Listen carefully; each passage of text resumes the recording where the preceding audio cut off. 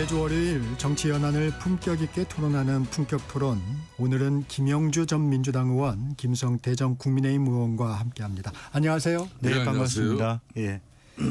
국민의힘 당대표 후보들 어제 두 번째 TV 토론회를 했습니다. 어떻게 보셨습니까, 김 의원님?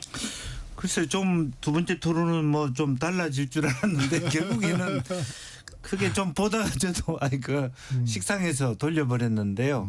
이제 뭐 사실은 이게 제다리 걸음을 하는 것 같아요. 그러니까 좀 정말로 지금 토론해야 될 것은 뭐냐 하면 왜 대통령의 계엄이 발생했는지 혹은 지난 뭐 짧지만 3년 동안에 윤 정부가 어떤 잘못을 저질렀고 잘한 건 뭔지 앞으로 이게 대지 재발 방지하기 위해서 뭘 해야 되는지 그리고 또 일반 국민들하고 당원들의 어떤 그 의견 차이를 어떻게 좁혀갈 것인지 이런 것들이 가야만 그야말로 그 비전 새로운 국민의힘의 비전을 향하는 전당대회가 될 텐데 여전히 뭐 찬탄 반탄의 그런 어떤 대립각을 벗어나지 못하고 실제로 저는 뭐 물론 뭐 누가 대표가 될 것인가는 이견이 있을 수 있으나 어쨌든 그 반탄파들이 굳건히 당을 장악하고 있는 것만은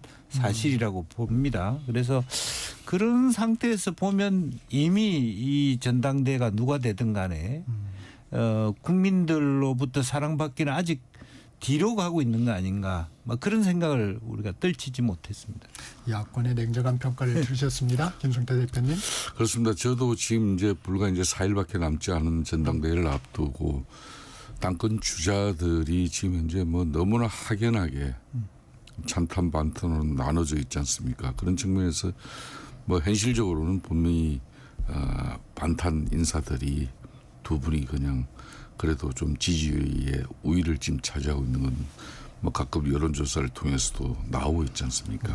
그러니까 이제 지금은 그렇지만은 이제 이게 탄핵 찬성 탄핵 반대 이 선을 넘어가지고 이미 이제 4월 4일 날 헌재 파면 결정은 저는 일치로 다 난 것이고 또 그 결과로 인해서 6월 3일 날 조기 대선이 이루어졌고 국민들의 냉혹한 심판은 뭐 우리가 참패로 이미 기결되었지 않습니까? 그렇다면은 이제 우리가 제1야당의 지위를 통해서 다시 국민적 신뢰를 가지고 이재명 대통령의 국정 운영을 정상적으로 견제하고 또 비판할 수 있는 그런 힘이 있어야 되는 것이고 더군다나 여대 야소 거대 입법 권력 민주당을 국회에서 상대하려면은 지금 107석의 힘을 가지고서는 절대적으로 부족해요.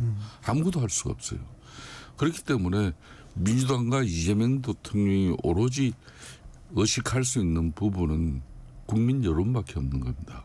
그 길은 즉 제1야당인 국민의힘이 국민의 신뢰를 회복하는 게 제일 중요하다는 거죠.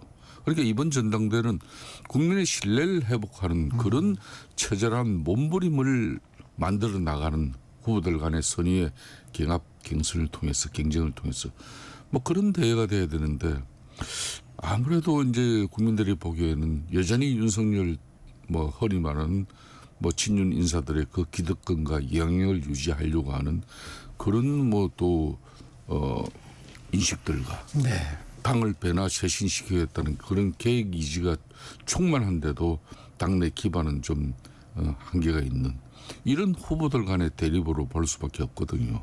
그러니까 저는 어제까지의 두 번의 그런 뭐 토론을 지켜보면서 제가 느끼는 부분은 윤석열 전 대통령은 극복의 대상이지 우리 국민의힘 전체가 이번 전당대회를 통해서 당원들과 당권 주자들이 이 추앙하면서 함께할 대상은 결코 아니라는 겁니다.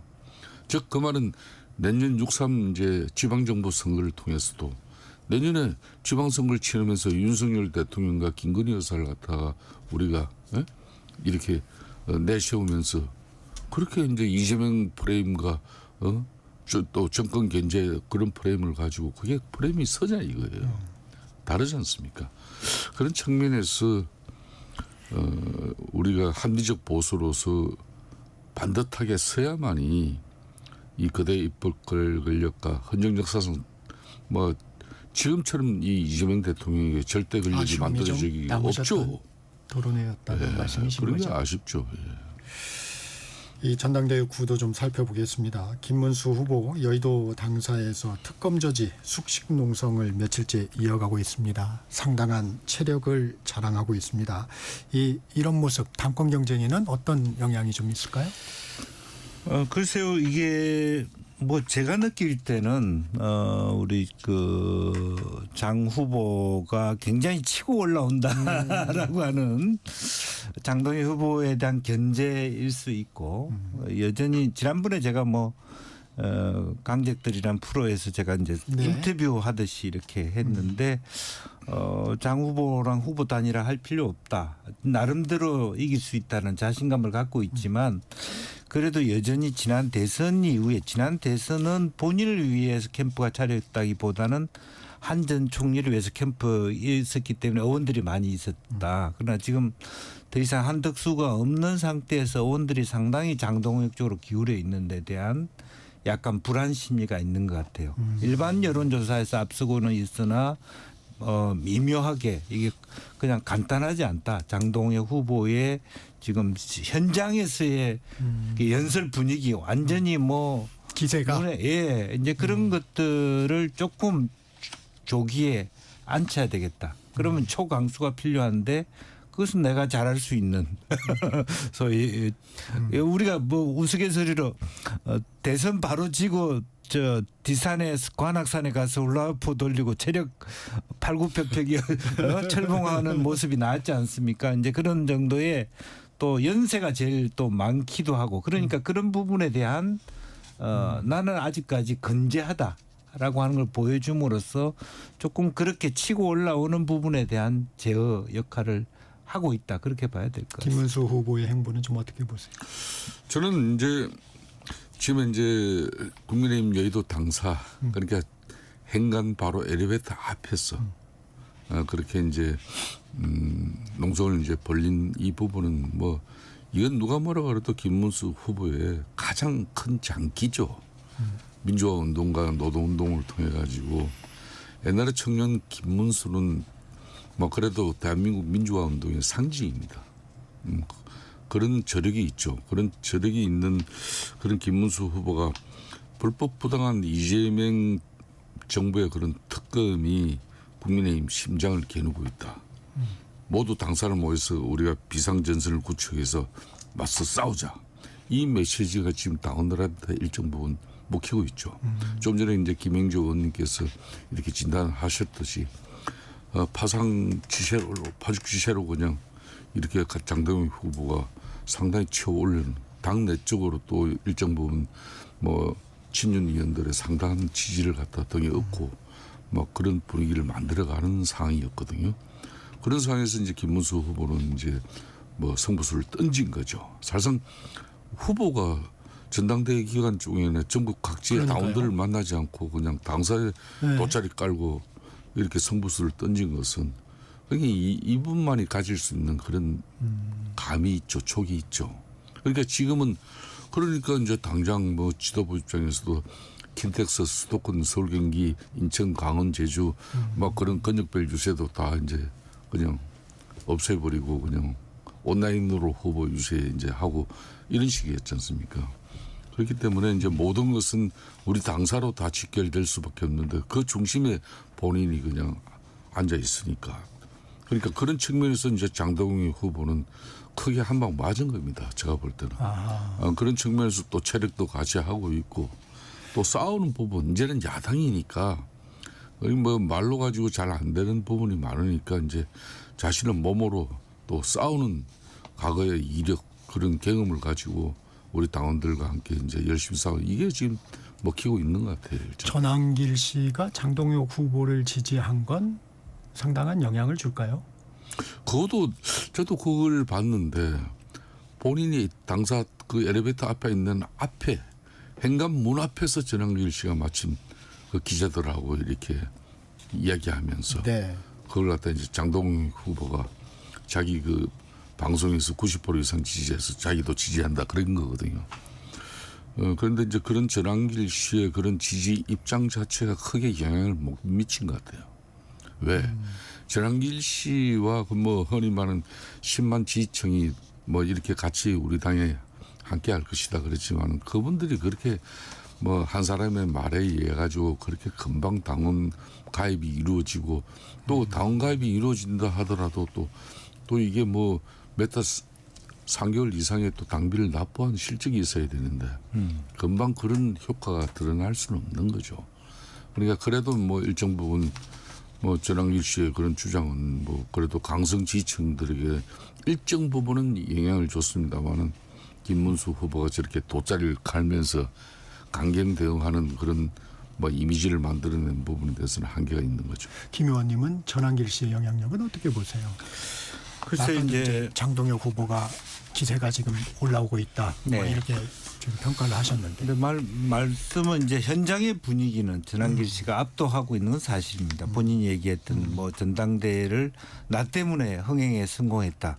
뭐 김건식하고 뭐 맞짱을 뜨든 어쨌든 다른 방식으로 좀 핫하게 만들었다라고 하는 부분이 있습니다만은 그것이 실제로 영향력이라고 하는 건 결과적으로는 표로 가져야 네. 되는데 쉽게 표로 가질 수 있느냐. 그러니까 실제 표는 보니까 결국 지난 대선 때 만들어졌던 김문수 쪽의 조직 즉 당협위원장들의 그룹들 그러니까 현장의 배지들은 뭐랄까 장동영 쪽으로 많이 가 있지만 밑에 있는 저변은 여전히 김문수가 굳건하다라는 느낌을 지울 수가 없거든요. 그러니까 새로 당원이 된다들 바로 김 의원님 말씀하셨다시피 네. 그 바로 표로 이어질 수 있는 건 아니고 현장에 와서 붐업을 시킬 수는 있는 건데 또 하나는 이제 그런 미묘한 그 뉘앙스 차이가 있었던 것 같아요. 그러니까 김문수 후보도 전환길 씨를 평가할 때 전환길이라는 사람이 와서 좌지우지할 만큼 우리 당이 그런 당은 아니다. 이런 데 대해서 전환길 씨는 좀 기분 나빠하는 거고 아주 부드럽게 김문수 후보가 윤 대통령을 지우려 하는 것도 있다. 그렇게 생각하는 것 같고요. 그다음에 이제 고승국 뭐 전환길 이렇게 보수 유튜브들을 할 때도 장동영이 굉장히 적극적으로 화답을 그랬죠. 한 데 비해서 실제로 뭐 김문수 후보도 갈 게 이미 예정됐지만 마치 안 갈 것처럼 얘기하다 가는 그런 것이 왜 그렇게 직접적으로 화끈하지 못하냐 전환길 씨 입장에서 그런 미온적인 태도로 느낄 수 있는 것 같고 김문수 후보는 그게 아니죠. 그 저변은 내가 다 깨차고 있다라는 자신감이 이 안에 있는 거예요. 그 사이가 있는 거고 또 하나는 제 개인적으로 보면 전환길 씨 목에 걸려 있는 게 프레스입니다. 그러니까 언론이라고 하는 기능인데 그러기에는 예를 들면 자기가 예컨대 진보 진영에 네. 김우준을 대신한다고 하면 김우준이 현재 민주당 전당대회 가서 누구 지지하라고 목소리 구호한 적이 있었어요? 그렇지 않잖아요. 그러니까 언론의 몫이라면 언론의 밖에서 뭐 사람을 불러내서 그런 방향으로 갈 수는 있으나 저렇게 하이브리드형으로 자기는 프레스인데 아무렇게나 들어갈 수도 있고 뭐 실제적으로 어떻게 보면 어떤 뭐 최고위원도 나올 수 있는 상황도 아니면서 입당한 지도 얼마 안 됐으면서 그것만 연호한다. 현장의 분위기는 달굴 수는 있지만 그것이 실제로 조직 내적으로 깊이 들어가기에는 아직 쓰리겼다 이렇게 느낌이 올 수 있는 거죠. 이 혁신 후보 간 단일화는 어떻게 보고 계신지 그것도 궁금합니다. 일단 조경태 후보는 안철수 후보에게 계속 러브콜을 하고 있는데 안철수 후보는 일단 거부하고 있어요. 그렇습니다. 자신감의 표현인가요? 이거 어떻게 봐야 되나요? 그러니까 이제 역대 안철수 후보 입장에서는 그동안 대선 후보 맨 처음에 시작은 이제 박원순 고 이제 뭐 시장하고 단일화에서부터 뭐 주로 이제 단일화지만은 본인이 많이 양보를 한 입장이죠. 그러다 보니까 이제 본인의 그런 정치적 이미지가 결정적인 상황할 때 안철수 뭐 의원 같은 경우 철수한다. 그런 이제 뭐 좀 조롱 아닌 조롱도 지금 받게 됐지 않습니까? 네. 지금 현재 국민의힘 내에서 안철수 의원의 그런 정치적 행보를 뭐 지금까지 비난한 사람은 없어요. 그렇지만 이제 안철수 후보 입장에서는 제가 볼 때는 조경태 후보 입장에서는 개혁 후보 간에 이렇게 뭐 단일화를 통해서 마지막 이제 쉽게 말하면 핵심을 갈구하고 희망하는 당원들과 국민의 뜻에 기대에 부응하자 그런 입장이지만은 뭐 사실상 안철수 후보 입장에서는 뭐 그렇다면 나를 중심으로 그런 뭐 뜻을 가져줄 필요가 있다면 모르지.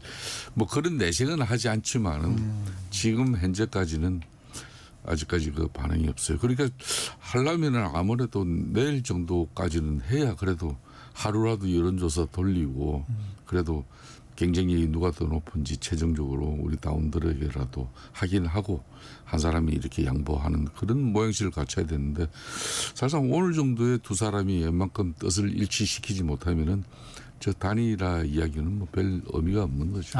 예. 한동훈 전 대표도 혁신 후보 단일화를 좀 촉구하는 상황인데 이 부분 어떻게 좀 보고 계십니까? 우선 첫째가 단일화를 하면 이길 수 있냐 하는 거예요. 그러니까 단일화를 해도 이길 수 없다면 훨씬 더 결과가 처참할 수밖에 없다라는 거고요. 제가 보기에는 단일화해도 이길 수 없습니다. 그러니까 일반 여론조사상으로 보이는 거하고 현재 이 전당대회 룰 안에서 봤을 때하고 완전히 다르거든요. 실제로 보면. 그리고 예를 들면 안철수 후보 입장에서도 조경태한테 진 게 아니라 한동훈한테 진 게 되게 만약에 진다면. 이제 그런 부분 이상하게 이번 대선에서 유일하게 좋은 점수를 받고 좀 올라간 사람이 안철수예요. 끝까지 지키고 앉았다라고 하는 이제 그런 건데 후보 단일화해서 만약에 이겨서 저런 건 그나마도 다행인데 후보 단일화 졌는데 그 단일화는 후보가 또 졌을 경우에는 훨씬 더 켜이켜이 본인은 계속 양보하고 지는 그런 모습밖에 보이지 않는다면 차라리 이준석이처럼 끝까지 고 하는 것이 낫겠다. 자기 이미지를 다르게 하는 것. 첫째 제일 첫 번째 전제가 이길 수 있냐라는 데 대해서 사실은 뭐 그러니까 한동훈 대표 얘기는 어쨌든 이참에 개혁연대가 좀 가시적 성과를 내자. 이기고 지는 건 둘째치고라도 앞으로 당을 큰 틀에서 장악하게 가는데 그럼 뭐 안철수하고 한동훈이라는 사람이 앞으로의 미래 권력의 어떤 경쟁작으로 서면 좋겠는데 이제 그런 게 한동훈 대표의 생각일 수 있을 것 같아요. 이제 그런데 사실은 제일 큰 고민은 그런 거죠. 단일화 했는데 누가 되든 단일화 한 사람이 단일화 시너지 이펙트를 전혀 가지지 못하고 처참하게 졌을 때 그게 뭐냐 이거지. 이제 그런 문제죠. 선거를 한두 번씩 해본 분들도 아니고 판세를 읽고 계실 텐데 이 전망을 이번 주기 때문에 좀 해보겠습니다. 이 반탄 후보 2명이 오를 가능성 아니면 찬탄과 반탄 후보 1명씩 올라갈 가능성 좀 어떻게 보십니까? 저는 좀 전에 김영주 의원님 분석대로 흔히 말하는 찬탄 의원들이 후보 단일화가 이루어지면은 찬탄 반탄 후보 각 1명씩 올라갈 수 있어요. 그런 분위기가 될 것 같은데 말 그렇지 못한다면은 의외로 반탄 후보 2사람이 결승에 올라갈 수도 있습니다. 그러니까 근데 이제 제가 약간 이게 이제 한 7, 8년 전부터 이제 우리 당원들도 대체적으로 어느 때는 국민 여론과 별반 차이가 없는 그런 선택을 하더라고요. 그게 대표적인 게 2021년도 같은 경우 그때 이제 노원에서 3번씩이나 떨어진 그런 뭐 30대 인숙 당시 그 후보에게 그런 전략적 선택을 할 것이라는 걸 우리 당원들이 그거 아무도 몰랐어요. 그런데 그때 우리 당원들은 절체절명에 그때도 상당히 당이 지리멸렬하게 위기 상황이었거든요.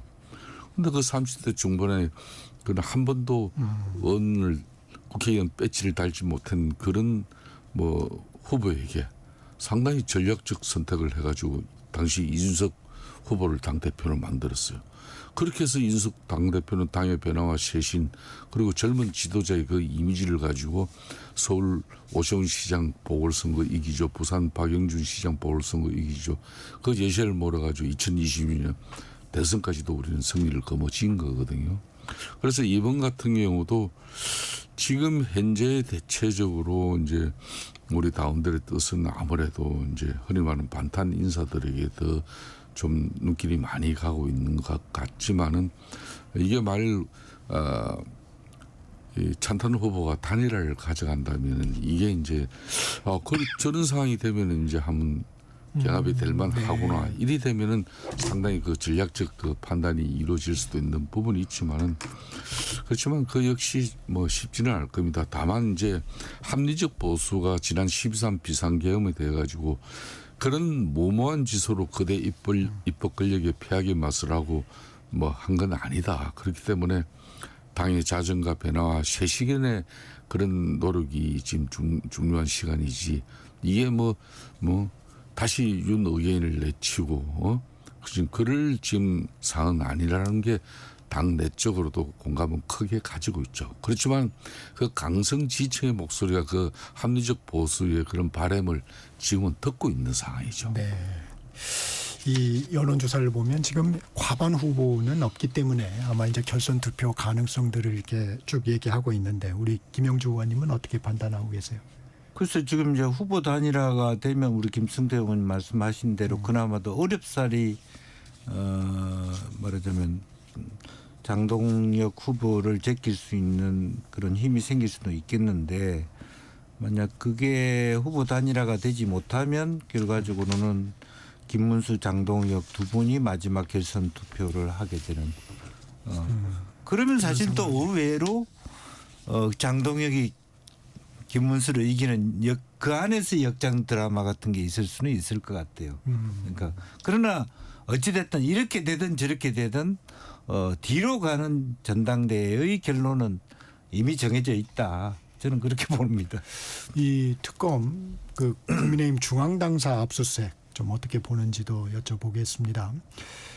의원들한테 이제 비상 대기령까지 오늘 집행할 것 같다 하면서 또 내렸다는데 이번에는 지난번에는 한 차례 무산됐었죠. 이번에는 특검 어떻게 할까요?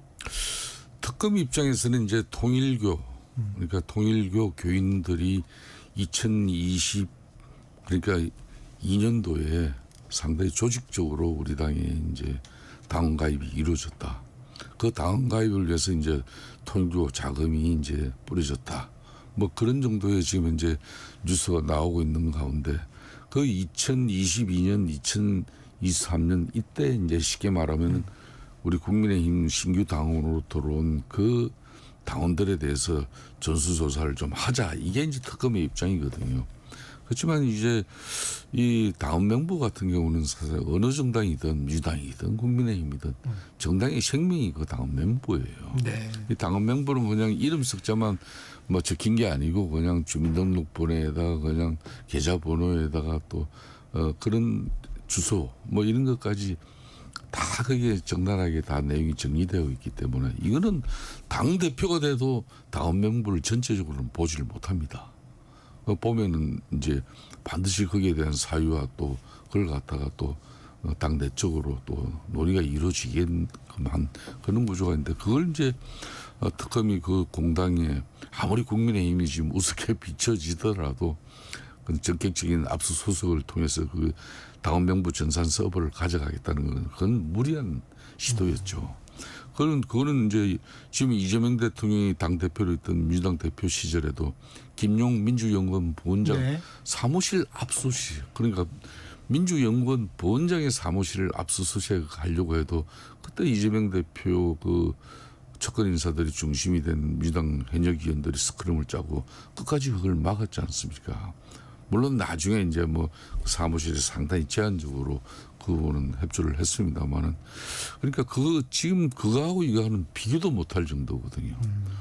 그런 측면에서 이제 다시 특검 측은 다시 뭐 오늘 정도 이렇게 다시 압수수색을 다시 제기할 것이다 이렇게 보고 있지만 제가 볼 때는 이제 전당대회 전까지는 어떤 시도 어렵다고 시기적으로 괜히 어렵습니다. 이거는 괜히 정치적으로 그러면 오해를 받아요. 국민의힘 전당대회 압수수색 이걸로 가지고 프레임이 또 만들어져 가지고 어느 특정 후보들에게는 좀 유리하고 어느 후보에게 불리한 전선이 만들어질 수 있다는 그런 비판에 휩싸일 수도 있는 거예요. 그렇기 때문에 더군다나 제1야당의 전당대회가 치러지는 과정 속에서 그렇다고 특검 지금 현재 수사 기한이 특검 활동 기간이 뭐 이달 말에 종료돼서 정말 시간이 쫓겨가지고 어쩔 수 없다면 또 모릅니다만은 그것도 아니거든요. 그렇다면은 전당대회 이후에 특검이 합리적인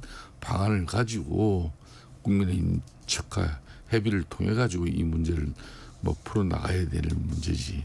그렇다고 해서 지금 국민의힘이 그때 당헌 명부를 갖다 이걸 갖다 서버를 뭐 조작해 가지고 뭐 어떤 뭐 증거를 인멸시킨다든지 뭐 그거는 공당에서 있을 수 없으니까 특검 입장에서도 그런 걱정은 하지 말고 합리적 상식으로 전당대회를 마치고 난 이후에 새로운 지도부와 협의를 해가지고 협조를 받을 건 받아가지고 특검 본연의 수사를 뭐 이어가도록 해야 되는 것이지 이런 식으로 정당 탄압의 모형식으로 이런 적은 없어요. 이거는. 김영주 의원님, 네. 이 당원 명부 무리한 요구인가요? 사실은 과거에 새누리당 시절인가요? 뭐 민주당 쪽에 대해서 정당하다면 당원 명부 공개하라 그런 새누리당도 논평을 낸 적이 있습니다. 그러니까 사실은 어느 정당 할 것 없이 상대편에 대해서는 굉장히 과감하게 공개하라 그러고 자기 편에 왔을 땐 죽어도 안 된다 이제 그런 거고 한편으로 보면은 사실은 핵심적인 말하면 인지 수사의 가능성이 있기 때문에 사실 어려운 부분도 없잖아 있습니다. 그러니까 민주당도 막아냈고 다 국민의힘도 막는 게 정치 일반이라고 보는데 업무론적으로 보면 지금 이 시점에서 특검이 치고 들어갔을 때 결과적으로 국민의힘 후보들 중에 김문수 장동혁한테 좋은 뉴스예요.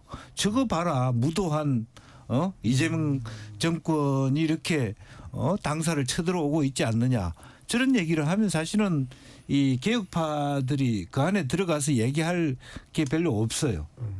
더 원모론적으로 보면 일부러 더 말하면 시대 상황에 역행하는 후보를 당선시키려고 하는 거 아닌가. 뭐 제가 웃자고 하는 얘기입니다. 이제 그런 부분이 하나 있고 또 하나는 특검도 정말로 당사에 들어가려면 조금 더 수사에 진일보할 필요가 있겠다. 예를 들면 어떤 더 특정해야 돼요. 어느 기간. 그 예를 들면 예컨대 뭐 건성동원과 연계됐다 그러면 강원 지역에 한 몇백 명이 들어온 것 같은데 그거 보자. 더 훨씬 더 국민들이 그 압수수색 영장을 공개하더라도 그때 이런 일이 있었네. 볼 필요가 있겠네 하는 것들을 좀 개방할 필요가 있다. 무조건 전원이라고 하고 답변은 전원이 아니다라고 특검에서 얘기할 때는 몇십 명이다. 그럼 몇십 명 갖고 어떻게 압수수색을 전원을 다 한단 말이냐. 앞뒤가 안 맞는 얘기가 좀 있어요. 제가 객관적으로 봤을 때. 그러려면 어차피 이게 여론전이거든. 결과적으로는 국민의힘이 안 열어줄 수도 있어요. 그러나 왜 들어갔느냐에 대해서 정당성을 가질 필요가 있다. 정당성을 가지려면 조금 더 국민들이 보기에도 그런 기미가 있었네. 들어갈 이유가 있었네라는 것을 조금 더 수사를 통해서 밝힐 필요가 있다. 저는 그렇게 봅니다. 본격 토론 잠시 쉬어가겠습니다. 전하는 말씀 듣고 전격기사 3부에서 본격 토론 이어가겠습니다.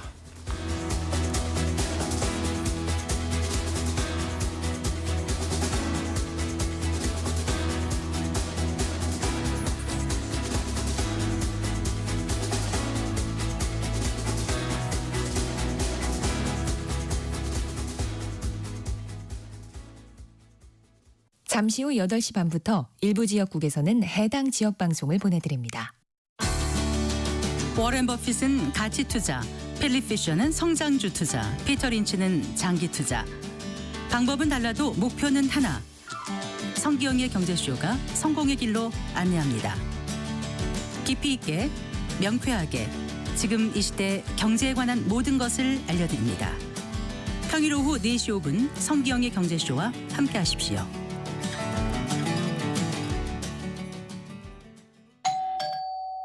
편지 왔습니다.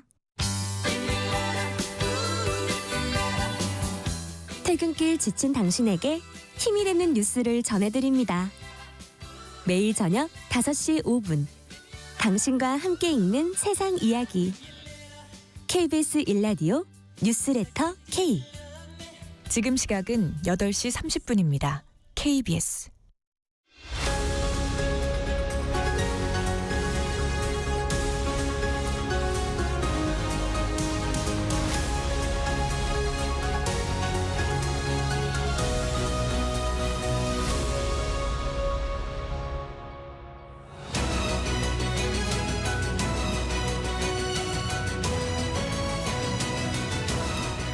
본격 토론 이어가겠습니다. 김영주 전 민주당 의원, 김성태 전 국민의힘 의원 함께하고 계십니다.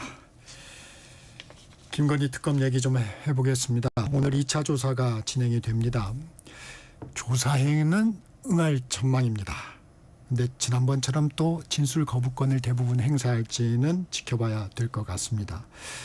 이 같은 수사 대응 어떻게 보고 계십니까, 김성태 의원님? 오늘 이제 김혜성 씨도 네. 이제 아마 대질신문까지도 이어질 수가 있죠. 김혜성 씨도 보죠. 또 오늘 건진법사 전성대 씨도 같이 불렀다고 합니다. 건진법사 전성교 씨도 그래서 이제 오늘 만일 대질신문이 이어져 보면 이제 기소로 가는 전 단계다 이렇게 볼 수가 있겠죠. 네. 그렇기 때문에 오늘도 역시 이제 김건희 여사 입장에서는 아마 특검에서 지금 현재 특검에서 준비한 그런 물증이나 혐의 이런 그러니까 기소 이 준비를 위한 이런 수사 여러 가지 내용들이 특히 지금 현재까지 드러나고 있는 그런 이제 공천 개입 의혹이라든지 이런 부분은 이미 창원지검에서 오랜 수사를 했어요. 많은 또 수사 내용도 확보하고 있고 이게 이첩돼 있기 때문에 창원지검에서 그때 결심하고 또 실행하지 못한 그런 부분에 대한 판단만 이제 특검이 할 수 있는 그런 사항도 있는 것이고 도시 모터스 주가 조작도 마찬가지입니다. 네. 그렇기 때문에 그리고 이게 이제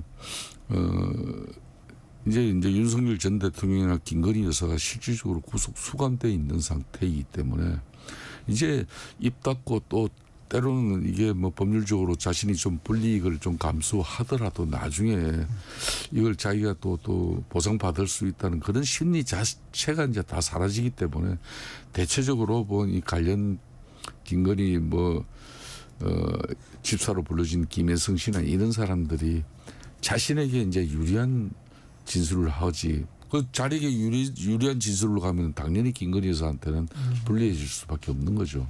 그러니까 이제 남은 부분에 대해서는 이제 이 건진법사 같은 경우가 이제 상당히 그 중요한 내용들이 많은데 이번 진술이 이제 좀 바뀌어질 수 있는 건지 그런 걸 좀 지켜볼 수 있는 관전 포인트. 네, 관전 포인트입니다.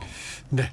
김영주 의원님은 어떻게 보십니까? 저는 이제 어차피 이제 대통령 부부의 변호인 팀이 각기 다른 변호를 하기 시작했다. 전략이 달라질 수밖에 없다. 그런 차원이고 우선 김건희 여사는 말을 너무 많이 하는 스타일이에요. 그래서 변호인들은 가급적이 말을 안 했으면 좋겠다. 계속 말을 할수록 당신한테 불리해진다.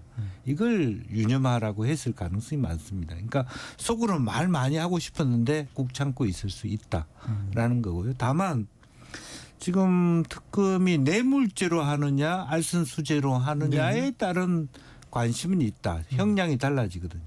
예. 그렇기 때문에 처음부터 본인이 변호 전략 나 아무것도 아닌 사람이라고 하는 것은 이 공범으로서의 역할과 권한이 없었다는 걸 강조하는 거예요. 그러니까 뇌물죄에 안 들어가겠다라고 하는 거죠. 그러니까 대통령 경제 공동체 아니다. 혹은 내 권한이 없었다. 사실은 많이 있었던 걸로 알고 있어요. 우리가 여러 가지 대통령실에서 근무했던 사람들이라든지 인사에 대해서 관여했다든지 말하자면 공천에 관여했다든지 엄청나게 대통령 이상으로 한 걸로 알고 있습니다만은 실질적으로 어쨌든 이거는 이제 이 재판에 대한 전략이니까요. 이제 그런 면에서 김건희 여사는 말을 특별히 아낄 수밖에 없고 다만 김 의원 말씀하셨습니다마는 김혜성 씨가 입국하면서 보인 태도도 김건희 여사에 충성할 것 같지 않고 그리고 로봇 개부터 해가지고 줄줄이 서서히 입을 열기 시작했다. 다른 한편으로 보면 그래도 대통령한테는 말하자면 그 전환기 씨 같은 끝까지 윤어게인을 외치는 사람이 있지만 자기를 보호해 줄 수 있는 사람이 없다라는 그런 헛헛함은 분명히 있는 것 같습니다. 김건희의 독은 이미 터졌다. 그렇게 보면 마지막에 가서는 입을 닫을 수가 없어요. 왜냐하면 이미 특검들이 다 수사한 특검 수사관이 들어와서 수사를 합니다. 그냥 처음에 자료 몇 번 보고 하는 사람들이 아니에요. 이제 그렇기 때문에 마지막에는 일정 정도 예를 들면 내가 결혼하기 전에 했던 일까지 다 뭉치는 것은 좀 하지 말아라든지 또 그건 공범은 아니다라든지 이제 자기 형량에 비추어서 감형시킬 수 있는 요지에 대한 강조는 하지 않겠나. 본인이 예. 적극적으로 예. 할 수도 있다. 네. 윤 전 대통령 수갑과 전자발찌를 착용한 채 안과 진료를 받았다고 합니다. 윤 전 대통령 측은 실명 위기라고 그러고 법무부는 아니라고 그럽니다. 김성태 대표님 어떻습니까? 그렇습니다. 이제 서울구치소장이 이제 이렇게 바뀌고 난 이후에 상황이 확 달라진 겁니다. 그나마 바뀌기 전 서울구치소장은 전직 대통령의 일정 부분 예우를 가지고 상당히 뭐 그런 측면에서 본인의 건강상의 문제나 이런 거에 대해서 좀 세심한 또 배려도 일정 부분 있었는 것 같은데 이제 이재명 정부 들어서 첫 인사한 이 새로 이제 바뀐 서울구치소장 같은 경우는 전직 대통령의 예우라는 것은 전혀 찾아볼 수가 없는 것이죠. 그러니까 대려 과거의 전직 대통령들 수감된 그런 뭐 시설보다는 더 열악한 이제 상황으로 이제 윤석열 전 대통령을 내몰은 겁니다. 그래서 이제 그런 측면에서 역대 뭐 이렇게 안과 진료 그것도 건강상의 문제를 가지고 진료를 외부 진료를 받으러 가는데 거기에 수갑하고 전자발찌까지 착용시켜 가지고 외부 진료를 받게 한 사례가 없어요 지금까지. 그런 것 측면에서 볼 때는 저는 윤석열 전 대통령이 아무리 12.3 비상계엄의 오판에 대한 그런 뭐 죄를 가지고 대통령제에서 파면되고 또 지금 이제 그 중대 범죄를 가지고 이제 재판도 받고 있지만은 그래도 뭐 이 피자 그러니까 이 피자에 또 임금 문제도 있는 것이고 또 다른 문제도 아니고 건강상의 문제를 가지고 진료를 받는데 그렇게 수감된 사람의 그런 뭐 이거는 실질적으로 거의 뭐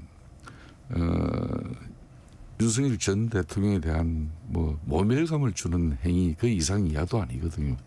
그러면 왜 이걸 서울구치소장 혼자의 이 판단으로 이렇게 이제 할 수 있느냐 그런 부분에 대해서는 이거는 너무 좀 정치적으로 이게 참 이미 뭐 윤석열 전 대통령 입장에서는 사망 선고를 받은 사람이랑 마찬가지인데 굳이 이렇게까지 이제 모멸감을 주고 또 뭐 항제 의료 혜택까지 준다고 가지고 언론에 뭐 이렇게 공개까지도 하면서 내용적으로는 항제 의료 혜택도 아닌데 이런 부분은 참 국민들을 다 볼상사납게 보면서 안타깝게 생각하는 대목이죠. 김영지 의원. 네. 저는 어쨌든 바뀌기 전에 그 교도소장, 구치소장에 지목할 필요가 있다고 봅니다. 만약 그때 윤 대통령과 뭐 교도소장이 조금 더 뭐 지금 현재 소장보다 친했다면 혹은 친하지 않았더라도 전직 대통령이 실명 위기라면 병원으로 보냅니다. 누구라도 마찬가지로 그랬을 겁니다. 주요한 정치인이 자기 교도소 안에 건강에 위해가 될수록 위험한 지경으로 내놓는 교도소장은 없습니다. 이제 그 당시로 해겨 봤을 때 그런 조치가 없었다는 것은 약간의 윤 대통령이 눈이 안 좋은 건 사실이었지만 위험할 정도의 수준은 아니었다. 그렇게 왜냐하면 그 전에 뭐라면 교도소장과 구치소장 그래도 윤 대통령 때 승진한 사람이라면서요. 네. 조금 더 봐줬다면 그러면 빨리 뭐 아예 뭐 병원에 입원이라도 시켰어야 되는 거 아닌가. 그런데 본인들의 변호는 몸이 안 좋다고 나왔지만 실제로 교도소가 그렇게 호들갑을 떨 정도는 아니었다라고 본다라면 윤 대통령하고 친함에도 불구하고 조금 과한 대응이었다 그렇게 볼 수밖에 없습니다. 이 조국혁신당 조국 대표 얘기도 해보겠습니다. 오늘 이제 DJ 묘역을 참배하면서 공개 행보에 나섭니다. 조 전 대표의 정치 행보, 범 여권 구도에 어떤 영향을 좀 끼칠 것인지 김성태 대표님. 조국 전 대표의 광복절 특별 사면 같은 경우는 이재명 대통령 국정운영 지지율이 큰 폭으로 하락하는데 가장 결정적인 동기부여를 한 내용이죠. 이 부분이. 특히 이제 조국 씨, 윤미향 전 의원 이런 사람들의 사면은 국민 정서에서도 상당히 이제 떨어진 이게 8.15 광복절 첫 사면인데 이건 국민 통합을 위해서 대통령의 고도의 정치인이 대통령의 사면권 행사는 고도의 정치의 행위거든요.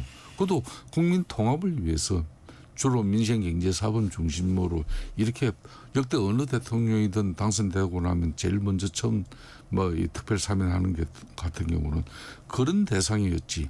이렇게 국민들 무리와 지탄의 대상이 된 사람들을 갖다 또 그렇다고 행량이 뭐 아닌 말로 3분의 1을 채운 것도 아니고 본인이 또 사과와 반성을 통해서 국민들 어떤 공감이 형성돼 있는 것도 아니고 두 사람 다 자신이 저지른 그런 범죄 사실을 통해서 인정도 하지 않고 반성 사과도 하지 않는 그런 상황이에요.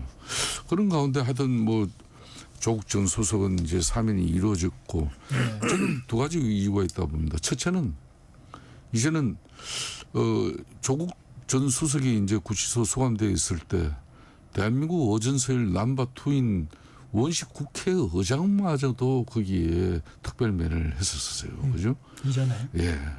그럼 지금 광복절 특별 사면을 갖다가 열일 기사가 쏟아져 나오고 있을 하느냐 마느냐 해서는 된다.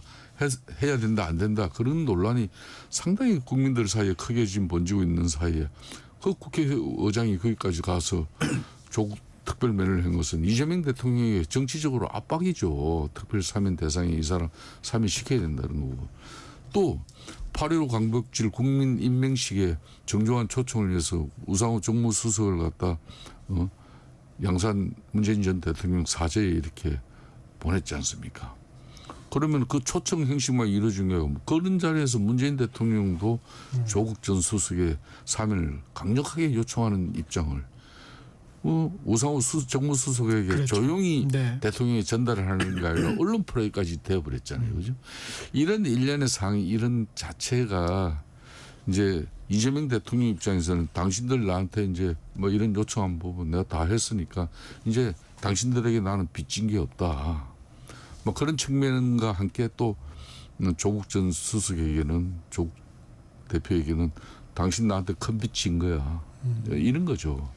정치적으로는 그런 의미를 가지고 있고 본인이 출소하고 난 이후에 한겨레 신문하고 인터뷰 내용이 이제 어제 나왔는데 본인은 어떤 행태로든지 내년 6.3 선거에서 국회의원 보궐선거 내지는 또 지방정부 선거에서 자기는 출마를 한다. 그래서 정치적 쉽게 말하면 국민들에 대한 또 심판을 묻겠다. 이런 뜻이 있는 것 같아요. 그래서 그렇다면은 이제 정치인 조국으로 돌아온 겁니다. 네, 김영재 의원님. 네.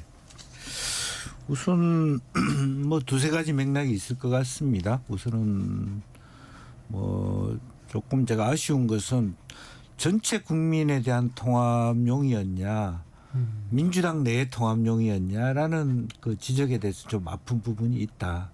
솔직하게 생각하기에는 이재명 대통령 입장에서는 호남에서의 조국 혁신당의 어떤 진전이 상당히 그 아픈 손가락처럼 느껴진다. 이거 그냥 놔두면 안 되겠다.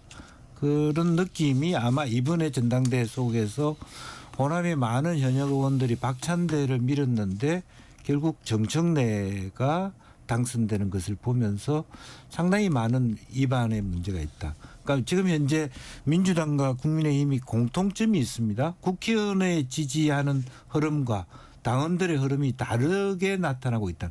옛날에는 의원이 오다 내리면 그게 그대로 의원의 뜻이 당원의 뜻이 됐어요. 지금은 더 이상 그렇지 않습니다. 특히 호남에서의 현역에 대한 교체 비율이라든지 반감이 굉장히 큽니다.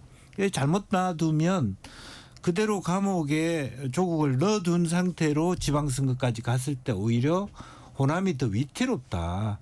이재명 대표를 공격해 나갈 가능성이 많다. 그러니까 소위 여권의 분열이라고 하는 것이 상당히 어려운 지경으로 간다라고 하는 부분이 있을 수 있다.